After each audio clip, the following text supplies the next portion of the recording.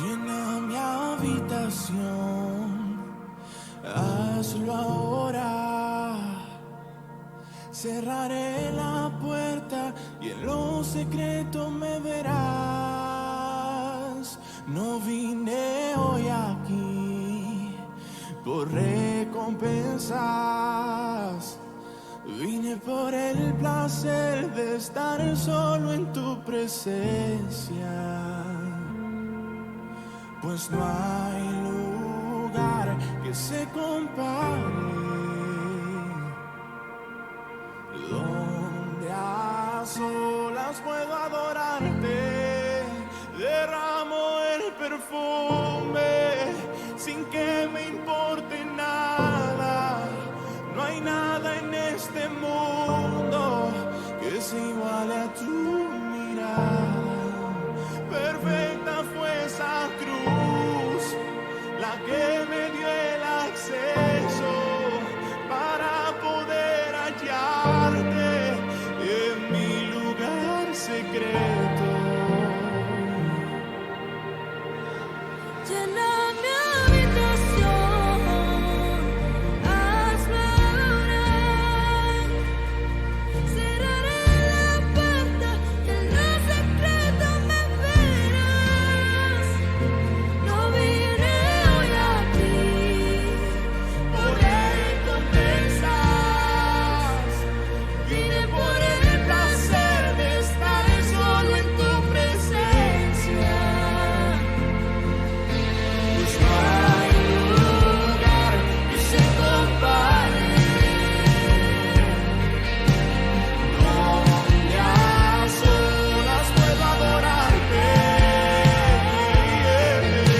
No hay lugar que se compare, donde a solas puedo adorarte. Derramo el perfume sin que me importe nada. No hay nada en este mundo que se iguale a tu mirada. Perfecta fue esa cruz, la que me dio el acceso para poder hallarte en mi lugar secreto. No hay lugar que se compare,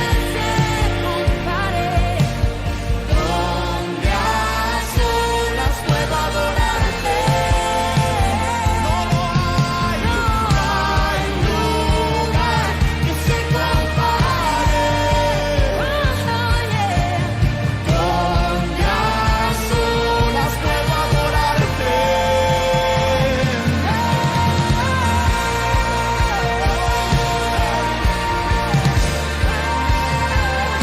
Conoces todos mis secretos, lo que soy te lo entrego.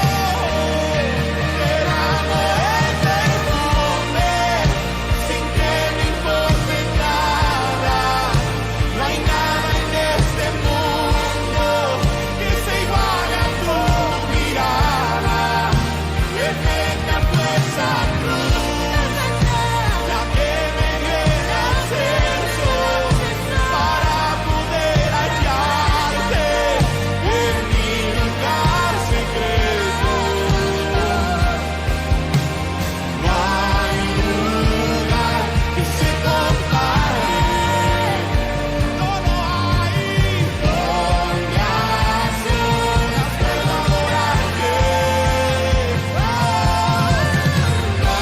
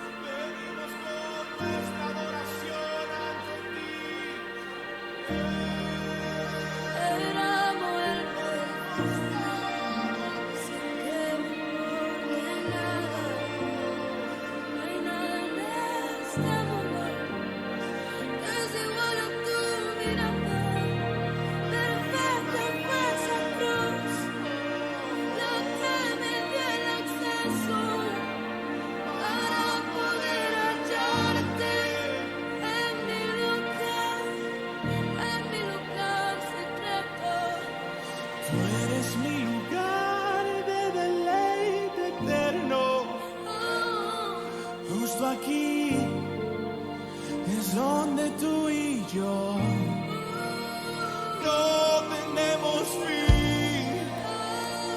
Puedo exponerme tal cual soy, sin temor, sin limitaciones, sin pecado. Puedo ser yo mismo. Tú no me juzgas, no me rechazas.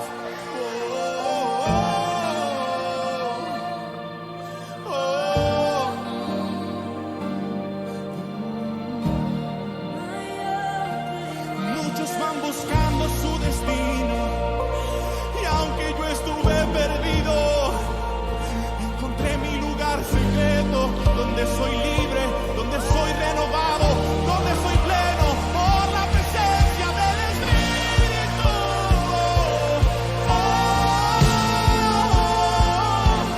No me falta nada, estoy completo, Él lo llena todo en mí. No puedo más, todo a Él.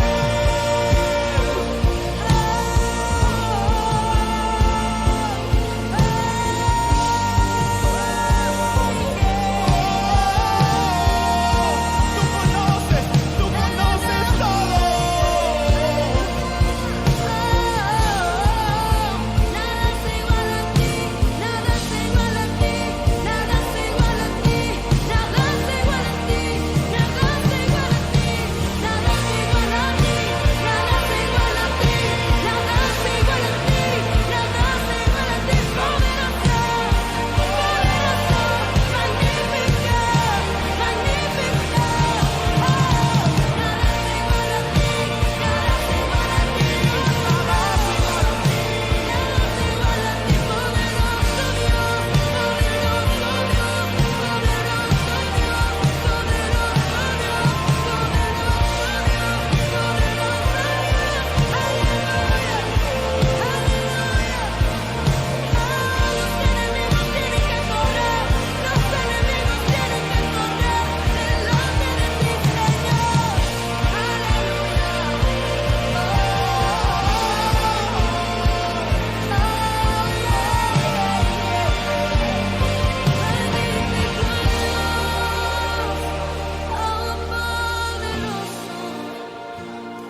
magnífico Dios, nos reunimos a adorar, nos reunimos a adorar, derramamos el perfume hacia ti, derramamos nuestra adoración a ti.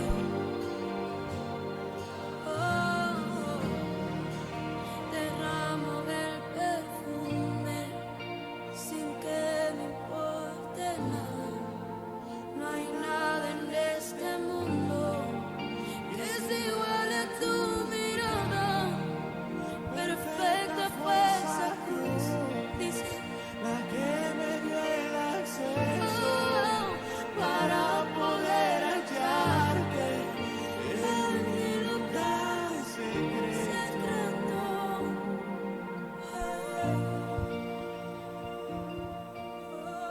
Gracias, papá, por esa cruz.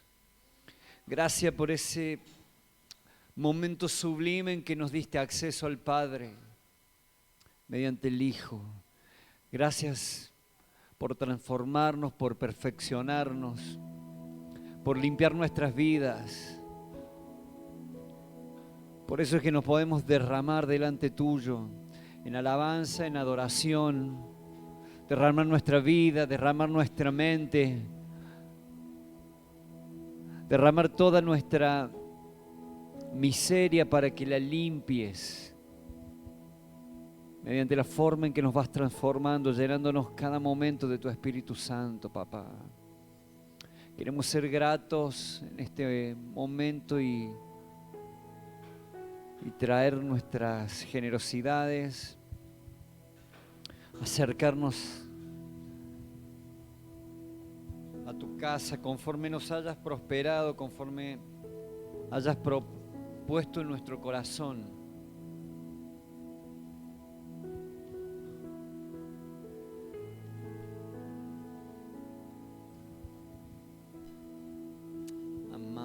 Dios.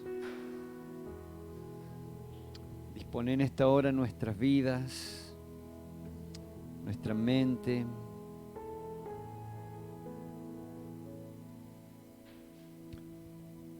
Para recibir tu palabra, para recibir tu instrucción.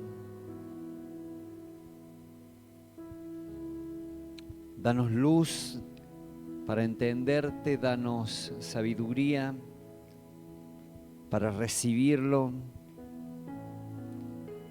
y darnos tanto el querer como el hacer para poner por obra aquello que nos estás poniendo por delante, los desafíos que nos das.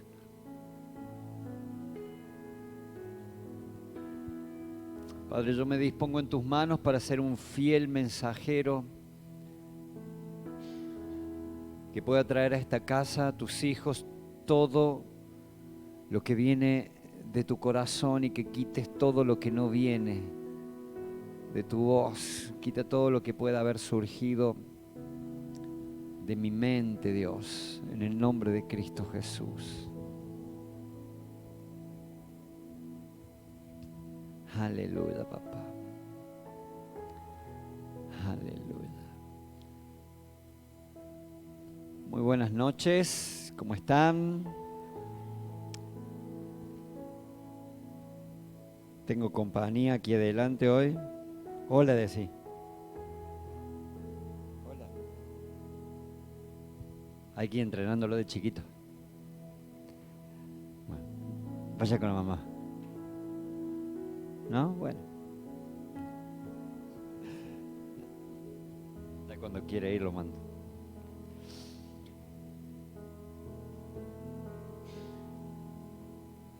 ¿Pudiste activarla? Bien, excelente. Bueno, tenemos hoy la primera de las 12 advertencias que Dios nos ha mandado para este año 2022. Y esta semana yo me sorprendí.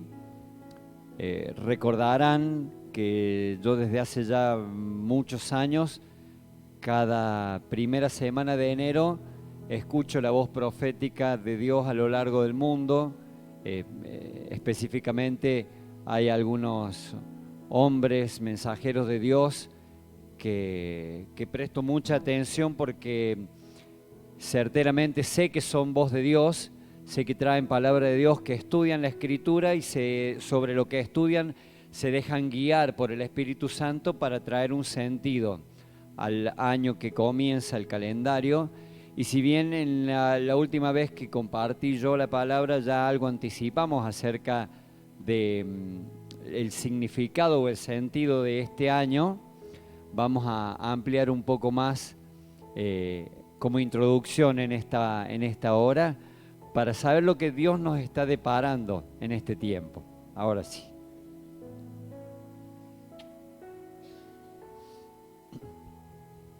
Me sorprendía porque el 26 de diciembre yo compartí la palabra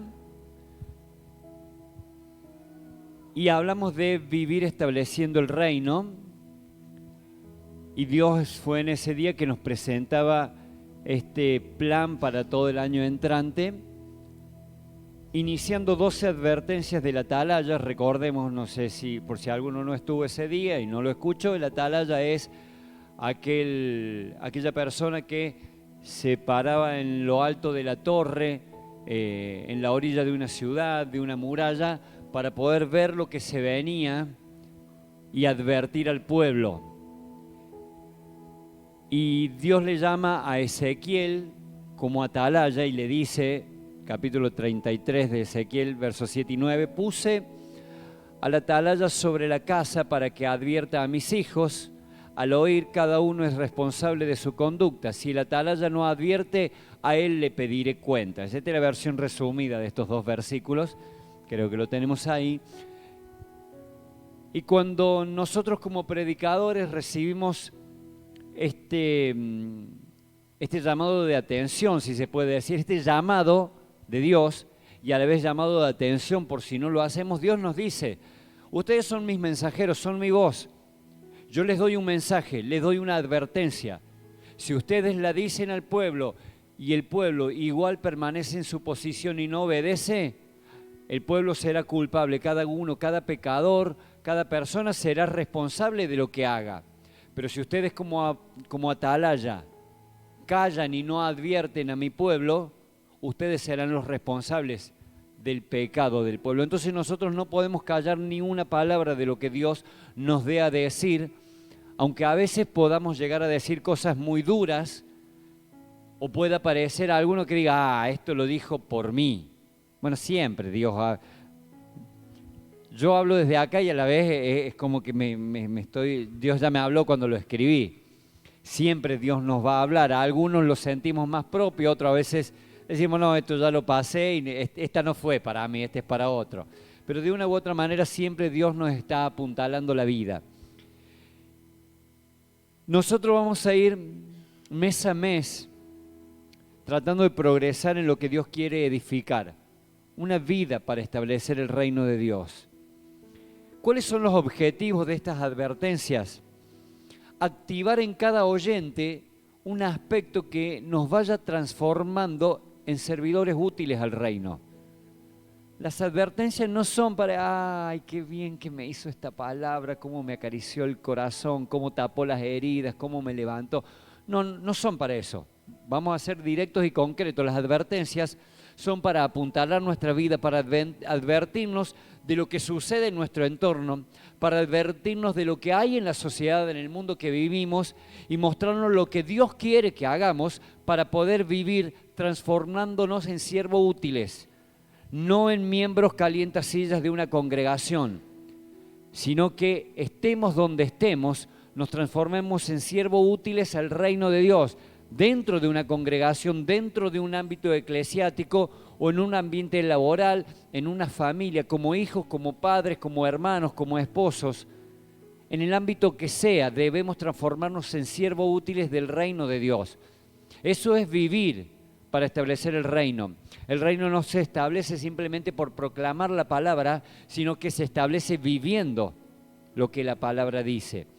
Entonces no es trabajando ni por ganas ni por esfuerzo, aunque todo esto es parte de lo que tenemos que hacer, pero lo que haga es porque vamos transformando nuestra naturaleza y vamos a ser hijos naturales de Dios, siervos naturales. Nuestra naturaleza se tiene que convertir en hijos y servidores. Ese es el objetivo de cada una de estas 12 advertencias. Convertirnos en hijos servidores, porque nosotros como iglesia debemos ser parte activa en la sociedad y no ver la reunión como un lugar de refugio, de escapatoria. Cada reunión en la vida de los cristianos mediocres que muchas veces hemos sido, cada reunión se transforma en un lugar para aislarnos de la realidad que vivimos cada día. En lugar de ver la reunión como un ámbito de formación, como un ámbito de desafío, como un ámbito donde Dios nos confronta, lo vemos como una escapatoria. Por un momento nos olvidamos de la realidad que vivimos afuera. A veces nos suele pasar, por lo menos los varones que nos gusta jugar al fútbol o al pádel, tenemos algunos que son más finos, el rato que vas a hacer algo en lo que tenés que estar concentrado, podés estar en tu casa con problemas, en tu trabajo estresado, pero decís, voy una hora a jugar al fútbol, a jugar al pádel, a hacer algo que me distrae del resto y me abstraigo, lo busco como un lugar de refugio, de escapatoria a la realidad que estoy viviendo día a día. La iglesia, lamentablemente, en muchas ocasiones la hemos visto, tomado o vivido de esa misma manera. Nada más equivocado, nada más desviado de la realidad que debería ser un momento de reunión. Un momento de reunión tiene dos connotaciones. Un tiempo que dedicamos a cantar, a derramarnos delante de la presencia de Dios, a predisponer nuestro corazón, a ambientar un lugar físico para que el Espíritu sea palpable y visible y abra nuestra mente y nos dé luz.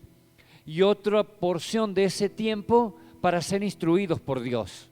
No es para escaparnos de la realidad, es para ser forjados, instruidos así podemos luego volver a la cotidianeidad y enfrentarla más firmes, más formados, más afilados por la palabra de Dios.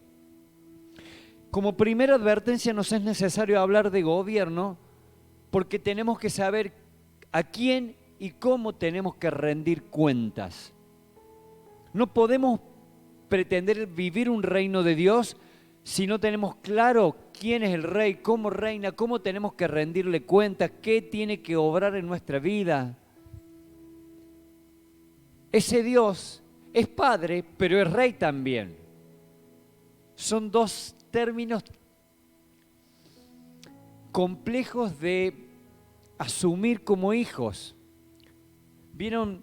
Cuando vemos películas que muestran la intimidad de la familia real, siempre es complicado ver a los príncipes cómo les cuesta honrar, obedecer y someterse a su padre, que es el rey, y a la vez decirle papá.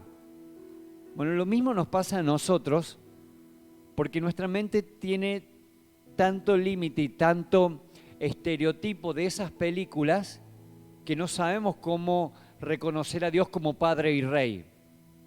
Es solo en la intimidad con Él que podemos llegar a reconocerlo así. Pero cuando empezamos a reconocerlo como Padre y Rey, es cuando podemos empezar a vivir el reino, cuando nos transformamos en hijos servidores.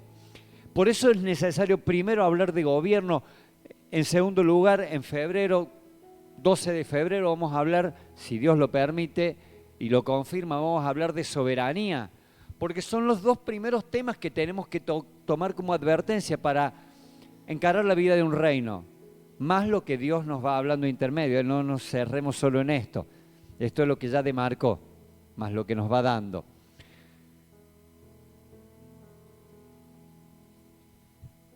Para introducirnos, les dije que íbamos a hablar algo acerca del año 22. Ya hablamos acerca del año 82 en el calendario judío, que empezó allá por octubre. Pero el 22 fue lo que les decía que me sorprendió esta semana cuando escuché al profeta Juan Radamés Fernández, que siempre cierra en su congregación el 31 de diciembre, celebran todos juntos en la congregación y da la palabra hasta minutos antes de la hora cero que inicia el nuevo año. Y dije, es sorprendente cómo Dios alinea su palabra en toda su iglesia a lo largo del mundo, porque él estudiaba, el 22 iba estudiando las distintas fórmulas, le dice él. ¿Cómo llegamos al 22? 10 más 12, 11 más 11, 20 más 2, las distintas fórmulas que él va encontrando para analizarlo con la gematría en la Biblia, con la numerología, con el estudio de los números. Hoy simplemente lo voy a mencionar muy brevemente, no los voy a marear en eso para ir al tema. Y hoy vamos a tomar 10 más 10 más 2 y 11 más 11. En abril, cuando hablemos del 1, vamos a mencionar el 20 más 2. El 10 en la Biblia representa totalidad, completo, límite. No es lo mismo que el 7, que es plenitud en Dios. El 10 representa la totalidad, es un número cerrado, es un número de límite, donde Dios lo utiliza en muchas circunstancias. Noé fue la 10ª generación, hasta que Dios le puso límite al hombre. 10 fueron las plagas en Egipto y Dios dijo, le voy a enviar todas mis plagas a Faraón, y le envió 10 plagas. Y así en el 10 vamos encontrando muchas circunstancias en la Biblia que nos muestran que algo ya está en su totalidad, está completo y es un límite. Generalmente es un límite que Dios le pone al hombre para obrar él. El 12 es gobierno, 12 meses del año, 12 tribus de Israel, bueno, no me acuerdo más ahora, pero siempre el 12 está vinculado con un orden de gobierno. Y el 11, el número intermedio, se relaciona justamente con lo que desorganiza el gobierno total ordenado. En el 10 hubo totalidad, el 11 rompe esa totalidad. El 12 es gobierno ordenado, el 11 es 12 menos 1, se rompe ese orden. Eran 12 los apóstoles, uno falló, 11 se rompió esa totalidad. Eran 12 los hijos de Jacob, uno desapareció, se rompió esa totalidad, ese orden de gobierno. Entonces el 11 se relaciona con lo que desorganiza el gobierno total ordenado. Entonces vamos a aplicar ahora, para ir rápido al entendimiento de lo que es el 22. 10 más 12 es 22. Significa año 22, gobierno total de Dios. 11 más 11, cuando Dios en la Biblia dice, por ejemplo, de cierto te digo, cada vez que Dios repite así seguidamente algo, está haciendo un énfasis. Es como poner en negrita subrayado. Préstenme atención porque lo digo 2 veces. 11 más 11 es el énfasis del hombre en la rebelión y la anarquía. El 11 representa la anarquía. Cuando el hombre se encarga de romper lo que Dios ordenó, romper la totalidad a la cual Dios le puso límite. El 11 representa la anarquía. Anarquía es, hago lo que yo quiero. Yo soy un anárquico cuando a mí no me va que alguien me dé órdenes, que no me gusta que me manden. ¿Vieron cuando levantamos un vaso para tomar, nos queda la antenita, el dedo este? Bueno, este dedo se le dice el dedo anárquico, porque no se une con los demás. Me llenaste mucho el vaso. El dedo anárquico, porque hace lo que quiere y no lo que los demás hacen, no sigue la orden. Vos querés agarrar el vaso así, no te diste cuenta y dejaste el dedo anárquico levantado. No siguió la orden de tu cerebro. No te rías, no seas burlista. Entonces 11 más 11 es énfasis del hombre en la rebelión y la anarquía. Pero el 10 más 12 es el gobierno total de Dios. Entonces, aplicado el propósito espiritual del año 22 es, dame la siguiente, ante la rebeldía del hombre contra el gobierno de Dios, la iglesia debe vivir estableciendo el reino de Dios.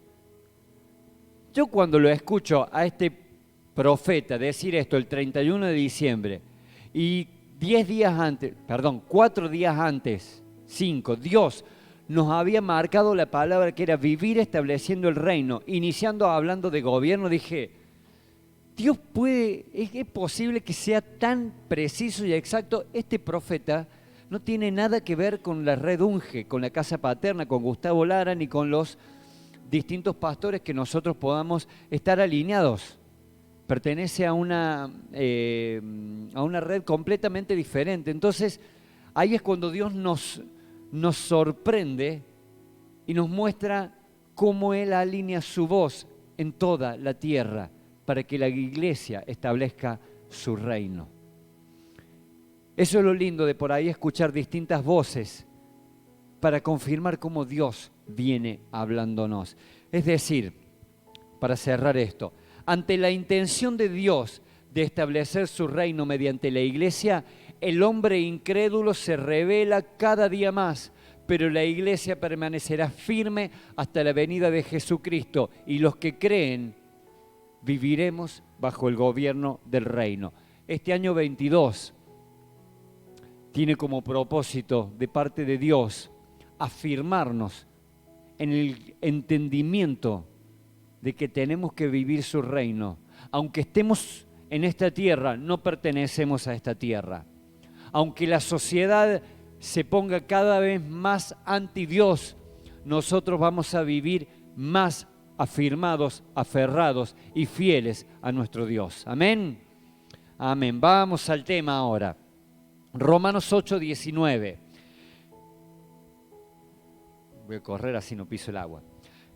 El profundo anhelo de la creación espera la revelación de los hijos de Dios. El profundo anhelo de la creación espera la revelación, la manifestación, la expresión de los hijos de Dios. Dios hizo al hombre para que gobierne la creación y la creación necesita que el hombre la gobierne.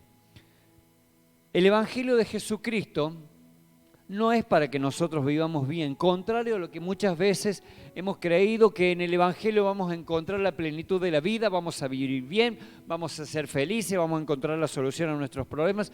Todo eso son añadiduras, pero el Evangelio de Jesucristo no es para que vivamos bien, es para que gobernemos la tierra. Si estudiamos correctamente la vida de Jesucristo, las palabras de Jesucristo, hablan notablemente mucho más de gobernar y de reinar que de vivir felices, completos y sanos. Él hace más énfasis en el gobierno que en la sanidad y el bienestar del hombre, porque la intención de Jesús no era que estemos sanos, la intención de Jesús era que gobernemos. Eso fue lo que Él vino a hacer, por eso era rey. El Evangelio no nos da poder para sanar, nos da poder para que gobernemos sobre la salud. No nos da autoridad para liberar un endemoniado, nos da autoridad para gobernar el ámbito espiritual. Entonces, cuando nosotros gobernamos sobre la salud, no luchamos contra la enfermedad. Aprendemos a soportarla si nos tiene que tocar, o aprendemos a retenerla antes que nos llegue, porque vamos a vivir conforme a la voluntad de Dios. Cuando estamos gobernando desde el ámbito espiritual, no andamos a los gritos y patadas cuando alguien se manifiesta poseído por un demonio. No estamos reprendiendo al diablo, porque ni el arcángel Miguel se atrevió a reprender al diablo. ¿Qué vamos a hacer nosotros? Simplemente le decimos, sal fuera, porque tengo autoridad. No hace falta que digamos, en el nombre de Jesús te echo fuera. Oíme bien, Satanás. No, no hace falta. Ya pasó esa estación. Simplemente decimos, estoy posicionado en Cristo. Y automáticamente lo espiritual se va. Lo que no tiene parte con Dios. Para expresar gobierno sobre la creación, primero debemos permitir que Dios gobierne nuestra vida. Yo no puedo gobernar a nadie, a nada, si Dios no gobierna mi vida primero. No puedo tener autoridad sobre la enfermedad, sobre un demonio, sobre mi trabajo, sobre mi familia, si Dios no ha gobernado primero mi vida, si yo no manifiesto que Dios tiene autoridad sobre mí, si yo no me sujeto a la voz de Dios, si yo no me sujeto a mi pastora como autoridad. Si yo no expreso que Dios gobierna mi vida, yo no puedo gobernar nada. Entonces esto nos da lugar a preguntarnos, ¿quién gobierna mi vida? Quiere aplaudirle a María o está matando mosquitos, no sé. ¿Quién gobierna mi vida? Pablo dice, el fantástico trabalengua de Romanos 7. Lo voy a leer así no me trago. Tíramelo en pantalla. He descubierto el siguiente principio de vida, que cuando quiero hacer lo que es correcto, no puedo evitar hacer lo que está mal. Porque con el hombre interior me deleito en la ley de Dios. Pero hay otro poder en mi cuerpo que me esclaviza al pecado que todavía está dentro de mí. Miserable de mí, ¿quién me librará de este cuerpo de muerte? Que cuando quiero hacer lo que es correcto, me la mando.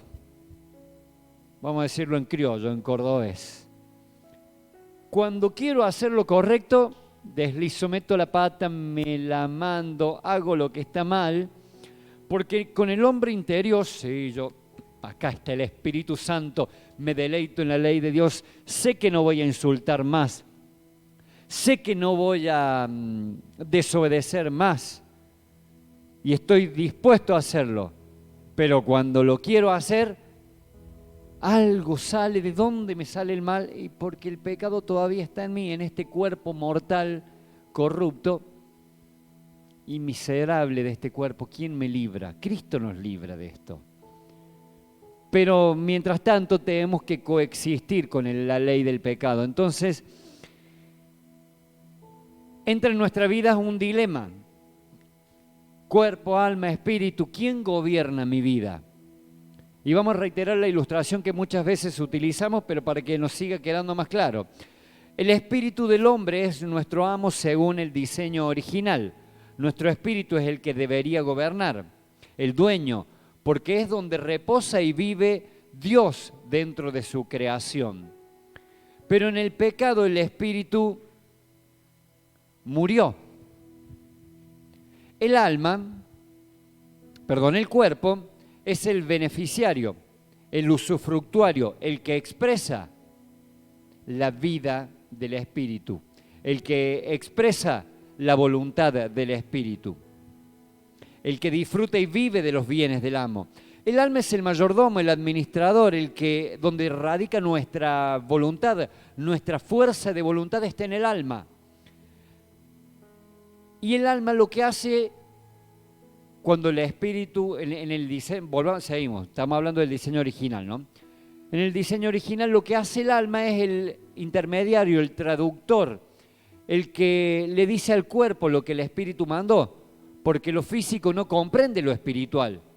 Entonces el alma termina siendo el mayordomo que administra la voluntad espiritual y le hace comprender al cuerpo lo que el espíritu quiere. ¿Me siguen? ¿Vamos bien? El espíritu murió en el pecado, se puso en off, se apagó, se fue. Nos quedamos sin amo. La casa quedó con ganas de vivir, pero sin la voluntad que lo gobernaba. Entonces, el cuerpo y el alma empezaron a vivir como se les antojaba. Como el alma sigue siendo el administrador y el cuerpo sigue siendo el que disfruta y goza, el alma empezó a decir, bueno, ¿qué quiere el cuerpo? Y el cuerpo quiere joda, quiere comida, quiere unos traguitos, quiere no dormir de noche y dormir de día, quiere juego, quiere diversión. Entonces la voluntad dice, bueno, si a fin de cuentas tengo que mover mi voluntad conforme al beneficiario, ya no tengo quien me diga las cosas, entonces el alma empezó a responder en nuestra voluntad a lo que el cuerpo quería. Y nuestro gobierno dejó de responder al espíritu para responder a las necesidades exteriores, a los sentidos, a lo que se me canta hacer, a las ganas que tenemos de hacer algo, a nuestros placeres, a nuestros deleites. A partir de la resurrección de Jesucristo, nuestro espíritu resucitó. El amo volvió a la casa, el amo volvió a nuestra vida. Y ahí empezó el conflicto que nos va a llevar la lucha día a día hasta que partamos de esta tierra. Deseos de la carne versus deseos del espíritu. La lucha constante que Pablo tiene. Cuando quiero hacer el bien, no me sale y me sale el mal. ¿Por qué? Porque el amo resucitó, el espíritu está vivo y quiere volver a gobernar. Y el alma no sabe a quién hacerle caso, si al cuerpo o al espíritu. Y esa lucha la vence quien más alimentemos. Al gobierno que más votos le pongamos es el que va a tomar el cargo. Si le metemos fichas a nuestros deseos naturales y carnales, el espíritu va a quedar sumiso y calladito y no se va a notar ni siquiera que está resucitado dentro nuestro. Si le metemos fichas a alimentarnos de la palabra, a obedecer, a sujetarnos, a entender, a aprender, a crecer, a orar, el gobierno del Espíritu empezará a tomar su trono y el reino de Dios empezará a expresarse en nuestra vida y los deseos de la carne poco a poco van a ir menguando, van a ir disminuyendo para ser sometidos. ¿Quién gobierna nuestra vida? ¿La voluntad del Espíritu o los deseos de la carne? ¿Vamos bien? ¿Por dónde tenemos que iniciar el gobierno de Dios? No se trata de querer que la iglesia sea quien gobierne la ciudad para primero que gobierne mi vida, Cristo, para ver si después podemos hacer que toda la iglesia empiece a tener algo de incidencia hacia afuera. Dice Génesis en la instrucción inicial que Dios le dio al hombre. Dios creó al hombre a su imagen, varón y mujer los creó, luego los bendijo y les dijo: fructifiquen y multiplíquense, llenen la tierra y sojúzguenla, dominen sobre los peces del mar y las aves de los cielos y sobre todo ser vivo que se mueve sobre la tierra. Fructificar, multiplicar y llenar la tierra es la parte de la instrucción que se desarrolla en la vida personal. Fructificar, multiplicar y llenar es lo que hacemos en la familia, formando un ámbito donde Dios sea una vida natural. No que sea algo solemne, decir, vamos a bendecir los alimentos, por favor hagan todo silencio que no se siente el ruido de un tenedor. Porque es algo solemne. No, tiene que ser algo natural. Y si te olvidaste un día de orar, de bendecir los alimentos, ¿qué problema hay? Si ya es algo natural en tu vida, en tu casa, no tenés que hacer una solemnidad religiosa. La vida de Dios tiene que ser natural. Y de esa forma, el fruto de nuestros hijos van a entender que venir a cada reunión, que orar, que leer, que cantar, que poner música cristiana en vez de encender la radio, va a ser algo normal, porque es norma de nuestra vida. Va a ser algo natural, que estemos enfermos y oremos y nos sanemos. Tiene que ser algo, llegar a ser algo natural. A veces decimos milagro sobrenatural de Dios. Tenía cáncer y se sanó. ¿Por qué sobrenatural si eso en el ámbito espiritual, en el reino de Dios, la salud es lo natural? ¿Por qué tiene que ser un milagro sobrenatural? Si tiene que ser algo completamente natural para los hijos de Dios. Está bien, estamos apuntando a un nivel elevado, pero tiene que llegar a ser normal en nuestra vida eso. Tiene que llegar a ser un reino natural. ¿O acaso en un palacio de un rey falta banquete algún día? Nunca falta un banquete en un reino terrenal. ¿Cómo nos puede faltar banquete a los hijos de Dios? ¿Por qué nos falta?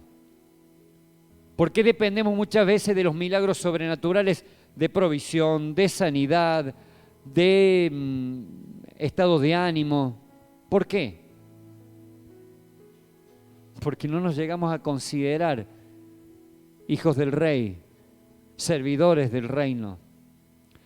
Entonces la vida natural de Dios no llega a ser natural en nuestras vidas. Y el milagro nos sorprende, porque es algo sobrenatural de lo que no estamos acostumbrados. Entonces fructificar, llenar, multiplicar tiene que ser algo habitual en nuestra vida. Que nuestros hijos se fructifique la savia de Dios, la naturaleza de Dios. Sojuzgar es establecer leyes, dominar es cumplirlas. Es decir, la última parte de la instrucción inicial es gobernar sobre todo lo creado. Pero el hombre solo cumplió una pequeña porción desde el principio. Desde el inicio, lo único que hizo el ser humano fue hacer hijos. Esa fue la única parte que cumplió, o sea, digamos la de multiplicar y relativamente llenar la tierra. Porque fructificar sería dar frutos de la misma naturaleza. Pero cuando tus hijos no tienen la misma naturaleza, no es fructificar, es hacer hijos, es multiplicar algo. El hombre hizo hijos, hace hijos, pero que cada fruto tenga la naturaleza que quiera, que elija ser lo que quiera ser. Y los padres ya ni siquiera tenemos derecho a inculcarle cómo deben ser nuestros hijos. Tienen 5 o 6 años y tenemos que preguntarle, ¿qué querés ser? ¿Varón o nena? porque ya tienen derecho hasta de elegir eso. No voy a decir más nada. La obediencia del hombre a su creador nunca fue completa, nunca. Ni en el pueblo de Israel, ni en la iglesia cristiana, ni los apóstoles, ni nosotros. El hombre nunca obedeció completamente a Dios. El hombre obedece conforme a la necesidad que tiene. Esa es la realidad que vivimos. Nosotros obedecemos a Dios de acuerdo a la necesidad que tenemos. Si te decimos, trae tu diezmo y tu ofrenda, no sé si Dios te va a responder o no, pero vos tenés, ya no sé, ¿para qué hago el cálculo? Pero si viene alguien y te insta y te dice, da porque el que siembra cosecha, conforme a la medida que des, Dios te va a dar. Vos da porque Dios te va a multiplicar. Tu salario es de 50.000, no des 5.000, da 10.000 porque el mes que viene Dios te va a multiplicártelo. Ahí sí venimos y damos. Porque bueno, vamos a obedecer porque más vale que me conviene obedecer. Si va a ser así la obediencia y el resultado. Obedecemos relativamente conforme a la necesidad o conforme a las promesas que nos tiraron en ese momento. Nos dan un mandato y nos dan una promesa. Entonces así se hace fácil. Pero cuando el mandato viene sin promesa, yo no estoy tan de acuerdo con lo que el pastor dijo. ¿Somos o no somos así? Perdón, acá no pasa, acá somos sumisos a nuestra pastora. ¿Pasa o no pasa eso en la iglesia? A los que conocen, a los que han recorrido iglesias. ¿Es así o no es así? No, pero no tiene que ser amén, ¿eh? Amén, porque así es, lamentablemente, pero que no sea. La obediencia permite gobernar la vida primero para luego establecer ese gobierno en la tierra. Si primero obedecemos, luego vamos a poder establecer el gobierno en la tierra. ¿Qué es gobernar? Gobernantes son líderes garantizando que los principios se ejecuten. No son personas que tienen que ganar más que otros, que tienen que tener más título, más honra y más respeto que otros. Los gobernantes son líderes, son servidores, son ministros. Ministro es sinónimo de servidor, por las dudas, lo digo si alguno no lo sabe, que deben garantizar que los principios se ejecuten. Gobernar conlleva autoridad y poder. Autoridad es responsabilidad, poder es habilidad. Eso es la autoridad y el poder. Autoridad no es a que se haga lo que yo diga, sino que la autoridad es responsabilidad y el poder no es aprieto el botón rojo y hago lo que yo quiero, sino que el poder es habilidad. Por eso los gobernantes tienen que tener responsabilidad y habilidad para garantizar que los principios se cumplan. El gobernante tiene que garantizar que el pueblo viva bien. La autoridad en un ámbito espiritual tiene que garantizar que los oyentes reciban la palabra como alimento, reciban la oración, el consejo de parte de Dios, la formación, la confortación, el consuelo, la dirección. Ser pastor, tener un título, ser predicador, maestro, apóstol, no es para que me honren más ni me traigan diezmos y ofrendas a mí, sino es para garantizar que los recursos se utilicen bien, conforme a la voluntad de Dios quiera que sean utilizados. El problema que tenemos es que los seres humanos nos cuesta reconocer que Dios es el soberano y que fuimos creados para ser representantes del gobierno de Dios. Como el ser humano no reconoce en su mayor cantidad a Dios como soberano, y mucho menos yo voy a ser representante de un Dios que no se ve y no se escucha, entonces el ser humano hace lo que quiere. Y si el Espíritu no nos gobierna, nuestra vida es una anarquía de placer momentáneo. Cuando no es el Espíritu lo que gobierna mi vida mi vida se dedica a hacer lo que le place. Cuando el Espíritu no me gobierna, mi vida se dedica a hacer lo que le place. Lo que tenga ganas de hacer, eso voy a hacer. Porque el Espíritu te hace ver una vida mucho más allá de lo que necesitas en este momento. Pero la falta de gobierno desde el Espíritu te hace ver lo que querés ahora y a eso le apuntas. ¿Me van siguiendo? Es decir, vivimos para lo que tenemos ganas en este momento y no me importa que ni Dios ni alguien me esté dando órdenes. Como dijo una vez, a modo ilustrativo, mi pastora, en mi casa mando yo y se hace lo que yo quiero. Se me rompió la tarjeta de memoria y perdí todos esos audios cortitos que tenía guardados. Así vivimos. En mi casa mando yo y se hace lo que yo quiero. Y lo que tenga ganas de hacer ahora, eso hago. Punto. Esa es la vida del ser humano. Esa es la vida, lamentablemente, de muchos cristianos que nos cuesta someternos, sujetarnos, reconocer autoridad, honrar autoridad y voz de Dios.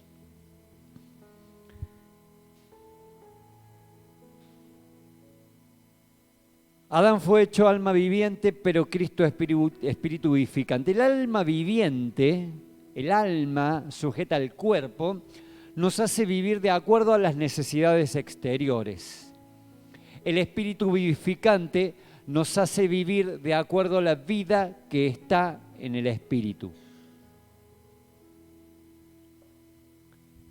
Cristo debe reinar en nuestra vida para establecer su gobierno a través de la vida cotidiana, de la familia, del trabajo, del ministerio, del esparcimiento, de la vida social. Cristo debe reinar en nuestra vida para establecer el gobierno a través de todo lo que hacemos. Cristo no reina solamente en lo que tiene que ver con la iglesia. Cristo debe reinar en todo lo que hacemos. Ya lo dijo de una manera muy clara para que tengamos dimensión. Dijo, no recuerdo bien cómo fue el comentario que hizo el apóstol Gustavo, pero dijo, Dios está en vos, Cristo está en nosotros, Cristo está en mí y está en todo lo que haga. Yo estoy comiendo lo justo o demás y Dios está comiendo conmigo. Yo estoy tomando un par de copas de más y Cristo está conmigo. Yo voy a la cama y Cristo está conmigo.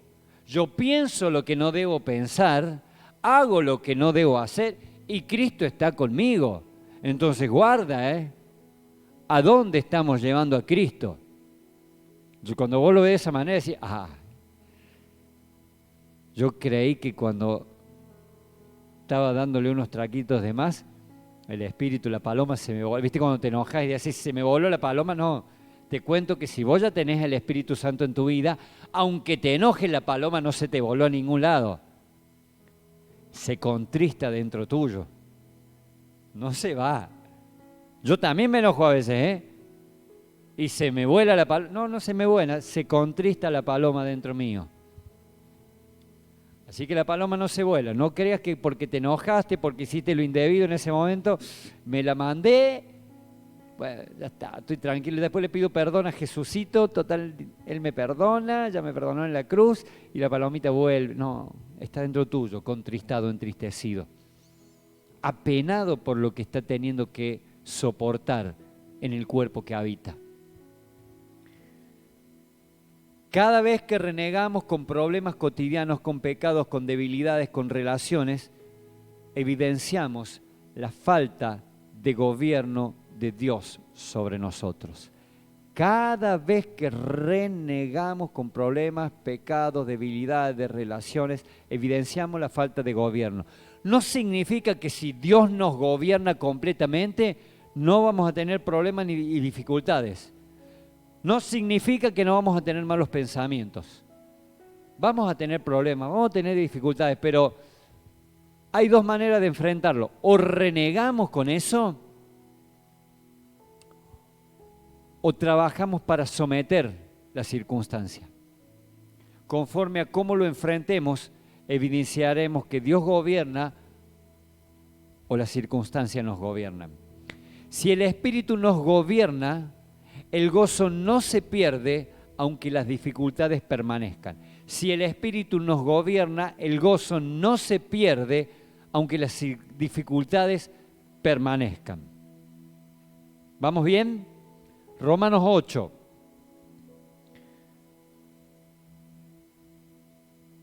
Porque los que viven conforme a la carne, ponen la mente en las cosas de la carne. Me voy a correr así pueden leer. Esto ya molesta, no sé dónde lo voy a poner.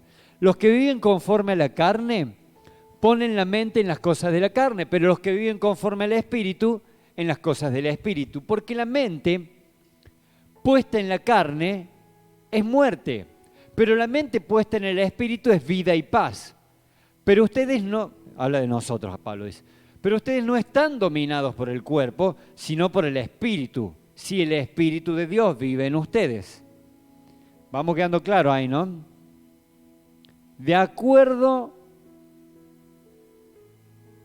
a cómo vivimos, es donde vamos a poner nuestra mente. ¿Qué nos ocupa más tiempo? ¿Qué nos preocupa más? ¿Qué nos lleva más recursos interiores, recursos de nuestra mente, recursos de nuestro esfuerzo? ¿En qué nos empeñamos más? ¿En las cosas de la carne o en las cosas del Espíritu? De acuerdo a eso vamos a saber en qué estamos poniendo nuestro énfasis, nuestro enfoque. Dame la pantalla siguiente. Dejen que Dios los transforme en personas nuevas al cambiarles la manera de pensar.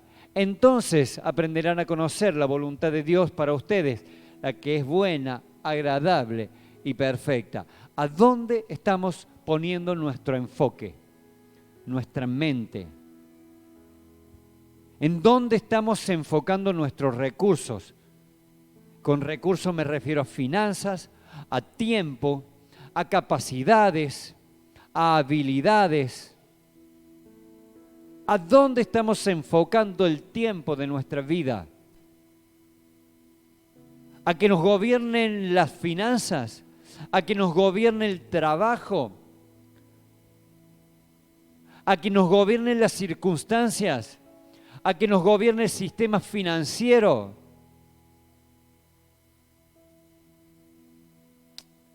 Lamentablemente la mayoría terminamos cayendo sometidos al sistema que nos impone un tiempo de trabajo, nos impone horarios, nos impone un salario. Y nuestra vida se tiene que ajustar a eso. Yo felicito, admiro a aquellos que se atreven a decir: no me aferro más a un salario seguro y me aferro a la voluntad de Dios que me dice: yo te voy a dar el trabajo conforme a los recursos que te tenga que proveer. Ojalá todos podamos alcanzar ese nivel de entendimiento para poder dejar que Dios gobierne nuestra vida y que nosotros podamos administrar nuestro tiempo y recursos.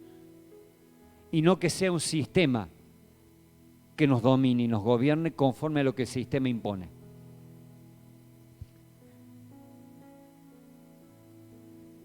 Si Dios gobierna nuestra vida personal, Cristo se puede mostrar en nuestra vida diaria, si no, no. Si Dios gobierna nuestra vida personal, Cristo se puede mostrar en nuestra vida diaria, si no, no hay chances. Si yo en mi casa, ante un problema con mi esposa, ante la desobediencia habitual y común de nuestros hijos, me salgo de mis casillas fácilmente, difícil que yo pueda expresar el gobierno de Dios en mi casa. Si yo en mi trabajo no soy responsable, no cumplo, no respondo, difícil que Dios se pueda expresar como gobierno en mi trabajo. Si Dios gobierna mi vida personal, mi temperamento, mi carácter, mi amabilidad, mi paciencia, mi amor, mi forma de educar, de responder, de formar, de resolver circunstancias, va a expresar el gobierno de Dios si Él ha gobernado mi interior primero. ¿Quién gobierna mi vida? ¿Quién gobierna nuestra vida? ¿Cómo vamos hasta acá? Porque yo le cuento que esto es la introducción. Si, y esto lo digo en serio, si lo que expusimos hasta acá hace ruido y no quedó del todo claro, frenamos acá y dejamos la parte final para otro momento, porque la idea es terminar el mensaje con el gobierno de la iglesia hacia la sociedad. Pero si no podemos asimilar o entender del todo cómo Dios tiene que gobernar nuestra vida, es complicado que podamos pensar en gobernar la sociedad. Si solo reconocemos a Dios como Papa, pero no asumimos que Cristo es el Rey y que su Espíritu debe dominar nuestra vida, no estamos en condiciones de hablar de gobernar los ámbitos en los cuales nos movemos. Esa es la realidad. ¿Cuánto entendemos hasta acá de lo expuesto? Porque obviamente Dios nos va dando el entendimiento día a día, pero hasta acá, ¿cuánto entendemos de lo que Dios debe gobernar nuestra vida? ¿Podemos seguir, aunque sea para mencionar lo otro? ¿O ya los estoy aburriendo? Vamos a ir un poco más rápido ahora. Dice 8 de 12 las pantallas acá.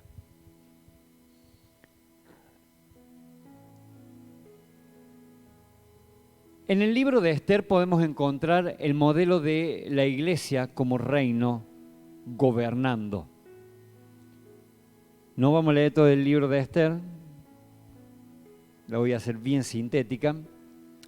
En el libro de Esther encontramos el rey Asuero, que es una figura de Dios, es la tipología de Dios, y en el inicio encontramos a la reina Vasti, que lamentablemente esa reina Vasti representa a la iglesia que se ha desarrollado en gran medida durante la historia. El capítulo 1 nos presenta al rey Asuero haciendo una fiesta, un banquete, y llega un día del banquete, en el séptimo día del banquete, el que él quiere mostrar lo más hermoso que tiene su reino, quiere mostrar su mayor gloria. Vayan pensando en esto como Dios queriendo mostrar su gloria. Y él dice, llámenla a la reina con su corona real, porque quiero presentarle al pueblo, quiero presentarle a todos mis servidores, a todos los nobles de mi reino, quiero mostrarle lo más hermoso que tengo en mi reino. Es Dios diciéndole a la creación, quiero mostrarle la mayor gloria que tengo en todo el universo, que es mi iglesia. Mi iglesia es la gloria de lo que yo he creado, porque mi iglesia es el cuerpo de mi Hijo. Es lo mejor que hay, es la corona de la creación.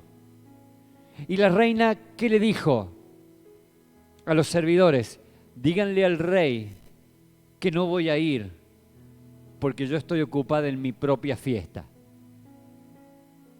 Y no fue. Y esa es la iglesia que Dios creó mediante Cristo para que gobierne la sociedad. Y cuando Dios le dijo, bueno, iglesia, goberná, la iglesia estaba ocupada cantando coritos dentro de sus propios salones. La iglesia estaba ocupada enriqueciendo predicadores del evangelio de la prosperidad que pedían diezmos para vivir en el mejor confort y comodidad, empobreciendo creyentes. La iglesia estaba ocupada en su propia fiesta, entonces cuando el rey la llamaba a mostrarse a la sociedad, la iglesia no sabía qué hacer porque estaba de fiesta adentro de un salón. Estaba ocupada en su propia fiesta. Entonces los servidores del rey, los consejeros del rey le dijeron,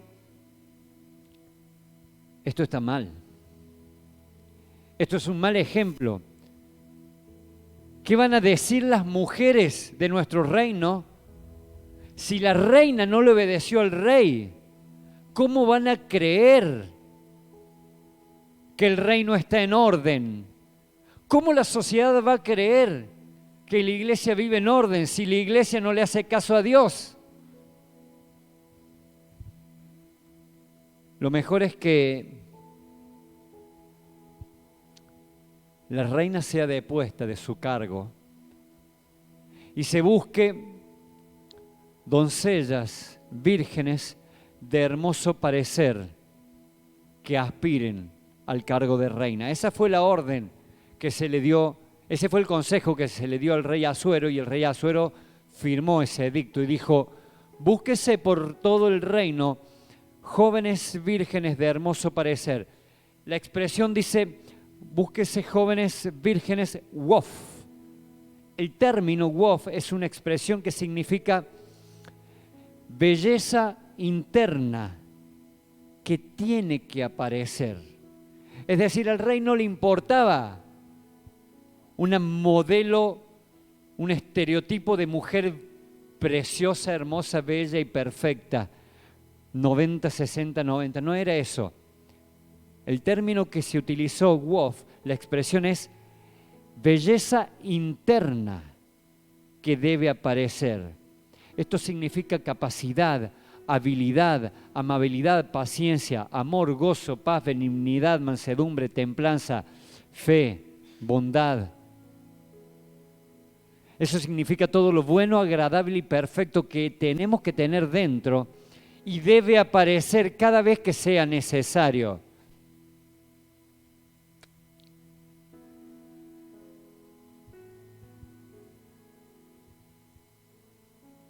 La iglesia hasta estos últimos años es la reina Basti, que no gobierna, que nunca gobernó, que se ocupó de su propia fiesta.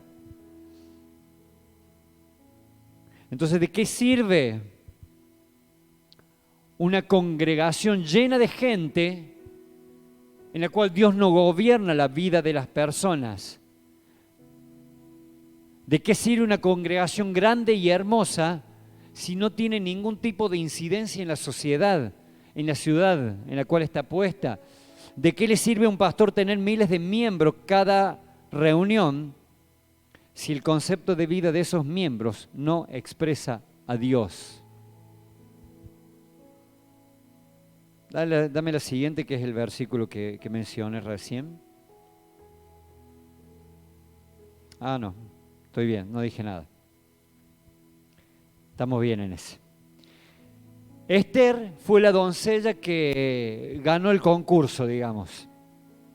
Cuando Esther se presentó delante del rey, el rey la amó más que a todas las otras doncellas y la coronó reina.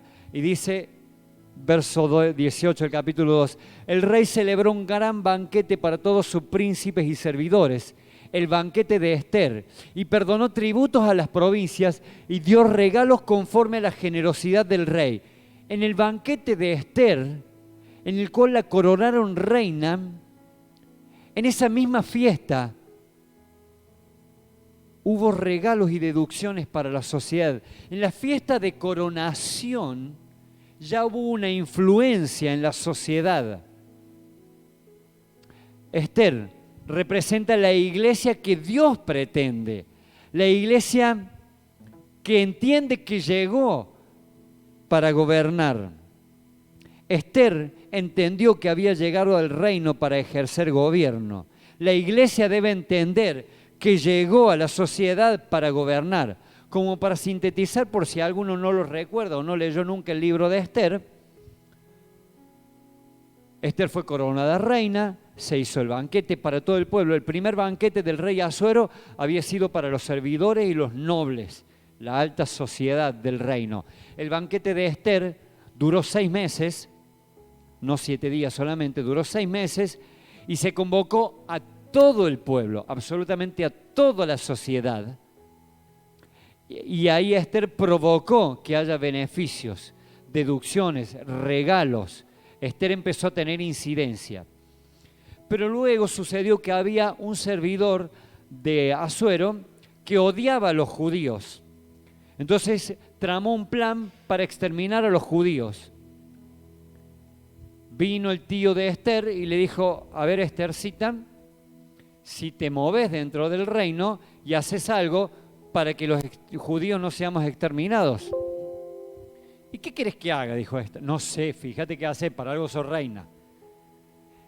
Y ahí Esther se le activó de vuelta la lucecita y dijo: para esto he llegado al trono. Y la reina en ese momento no podía presentarse cuando se le antojaba a conversar con el rey. Tenía que ser llamada por el rey. Si se presentaba así sin aviso y sin ser llamada, dependía que el rey extendiera su cetro para darle permiso, y si el rey no extendía el cetro, la reina, por más reina que fuera, o quien se le acercaba así, perdía su vida.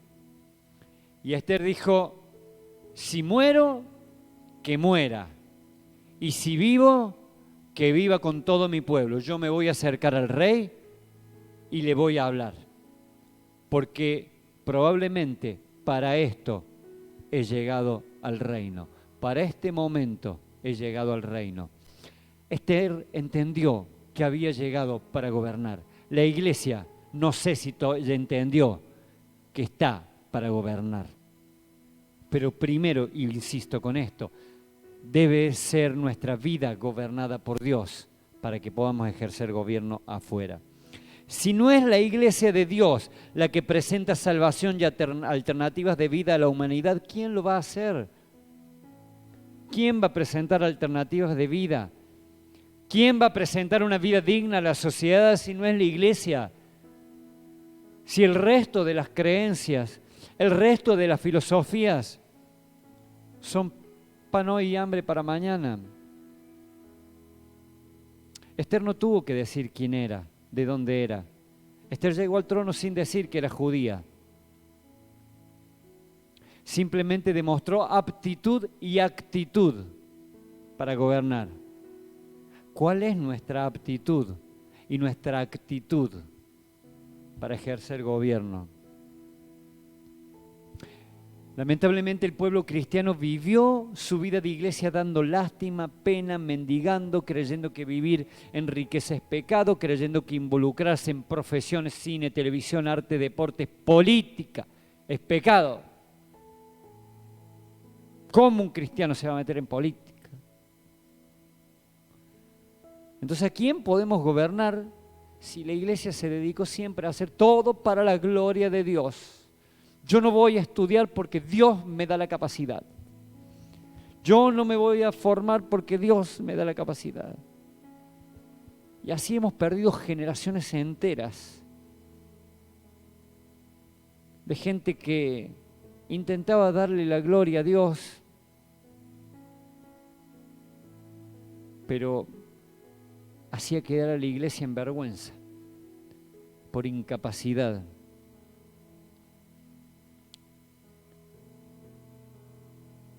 ¿A quién le vamos a hacer creer en Dios si no demostramos capacidades y capacitación? ¿A quién vamos a gobernar si no desarrollamos capacidades de gobernar cada ámbito? Y cuando hablamos de gobernar hacia afuera, no estamos hablando de gobernar políticamente. Estamos hablando de gobernar cada cosa que hacemos. En tu trabajo tenés que gobernar. En tu ámbito de sociabilidad tenés que gobernar. Si Esther se dedicaba a ser reina solo para disfrutar de los deleites de un título, no habría cumplido su propósito. Y para los hijos de Dios solo es similar. Si solo disfrutamos los beneficios de ir a la iglesia, no somos productivos como hijos servidores de un rey. La improductividad crea una mentalidad de subsidio que impide servir y realizar las obras para las que fuimos planeados.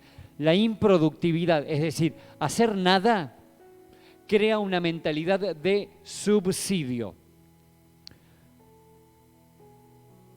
Cuando solo vivimos de subsidios y asistencias, sin producir, nos convertimos en inútiles dependientes de alguien, en lugar de personas que gobiernen, porque somos hijos de un Padre y Rey. Cuando vivimos de subsidios y asistencias, no producimos. ¿De qué se quejan aquellos que laburan cuando ven gente que no labura y recibe solo asistencias sociales y ganan lo mismo o más que un empleado asalariado? Se quejan de que viven de los impuestos que otros pagamos. ¿Por qué? Porque eso es un subsidio. Y no es que debería desaparecer la asistencia social y el subsidio. No debe desaparecer. Pero el subsidio y la asistencia es justamente eso, una asistencia. Hoy te asisto, te ayudo, colaboro para que salgas del pozo y puedas empezar a producir. Pero si yo soy un empresario y digo, este año necesito un subsidio para comprar una máquina, un subsidio que no tenga que devolver, no sea un préstamo, un subsidio para comprar una máquina, viene el gobierno y me lo da, y el año que viene necesito otro subsidio para comprar otra máquina, significa que algo no hice bien durante este tiempo, que tuve una máquina que produce, pero no generé recursos para comprar otra. Algo no estoy administrando bien. En vez de hacer producir el subsidio, la asistencia, me lo comí. Si Dios, yo vengo enfermo y Dios me sana, no es simplemente para que yo viva feliz y contento, sino que es para que yo sea un testimonio viviente del poder de Dios y otros puedan venir con la misma necesidad y recibir asistencia de lo espiritual. Lo voy a graficar con algo que siempre ha pasado en nuestra querida y hermosa nación. Barrios que el gobierno construye para que la gente pague una cuota ínfima comprando su terreno y su casa.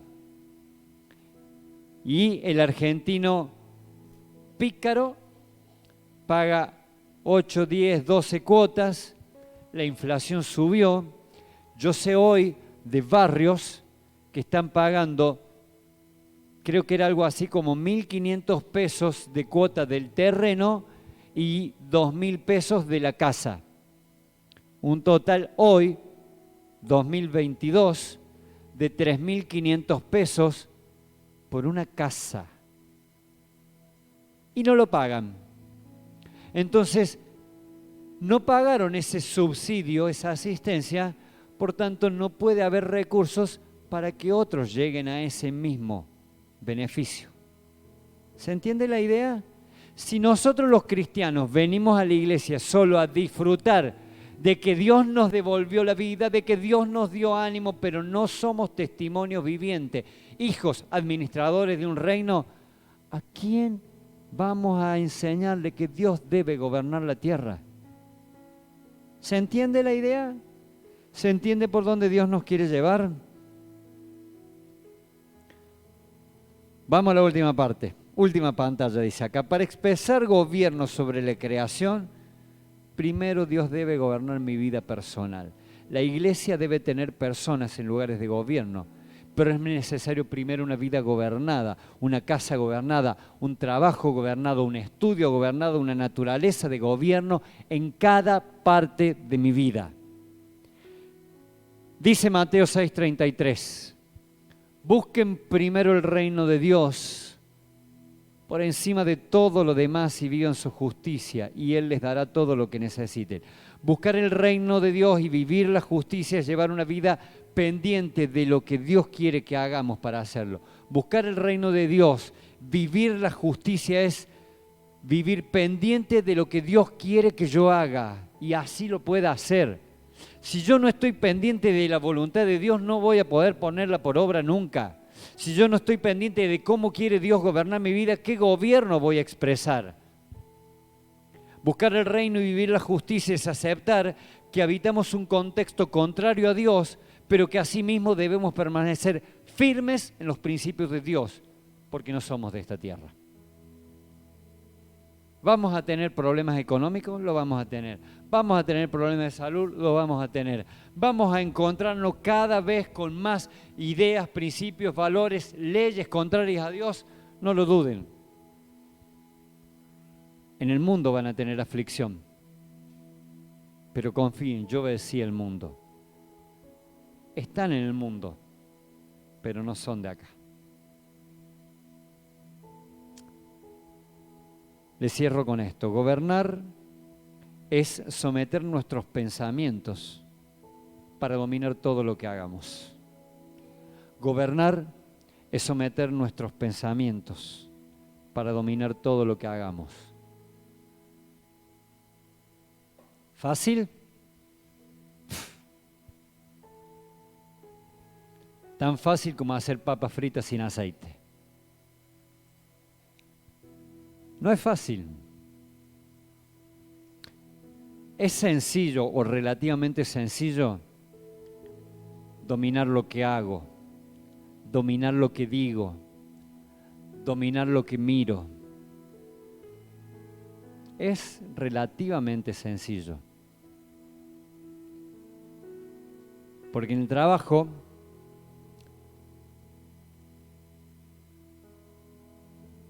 podés trabajar de mala manera cuando el jefe no te ve. Pero cuando tenés el jefe al lado tuyo, tenés que trabajar como el jefe te lo dice, ¿cierto? Entonces tenés que dominar cómo vas a trabajar. Y es relativamente fácil. Pero en tu mente, si acostumbras a hacer las cosas a tu manera cuando el jefe no está, cuando el jefe esté, en tu mente vas a decir, ¿por qué no se va? ¿Por qué no se va? ¿Es o no es? Vi varias sonrisas detrás de los barbijos. Entonces, es fácil dominar lo que hago, digo o miro, pero no es sencillo dominar lo que pienso. Gobernar es someter nuestros pensamientos. Cuando hayamos dominado nuestro pensamiento, el resto sale solo. Cuando sometas tus pensamientos, el resto sale solo. Pero es difícil. Ponete de pie, así oramos para que Dios sea el que nos guíe cómo hacer esto.